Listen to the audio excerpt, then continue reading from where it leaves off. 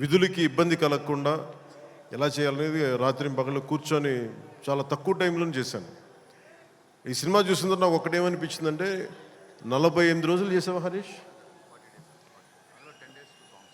ఒక 40-45 రోజుల్లోనే cinema finish చేశాను, మేజర్ సినిమా అంతా.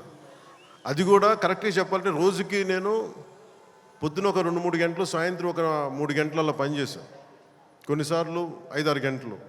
అంటే నిజంగా ప్లాన్ చేస్తే నాకు సినిమాలు చేయొచ్చు అని భరోసా ఇచ్చింది ఉస్తాద్ భగత్ సింగ్. తన హరీష్ అంత బాగా ప్లాన్ చేశాడు. అంటే ఒక దర్శకుడు చాలా బాగా చెయ్యాలి అంటే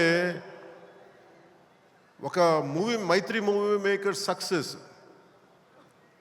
వాళ్ళు తీస్తున్న వరుస విజయాలు కావచ్చు, పుష్ప కావచ్చు, రేపొద్దున్న పెద్ది కావచ్చు, అంతకుముందు తీసిన దూకుడు కూడా మీదే కదా, జనతా గ్యారేజ్ కానీ, శ్రీమంతుడు కానీ, సినిమాలంటే ఒక్క నిర్మాణ సంస్థకి ఇన్ని విజయాలు ఎందుకు వస్తాయి?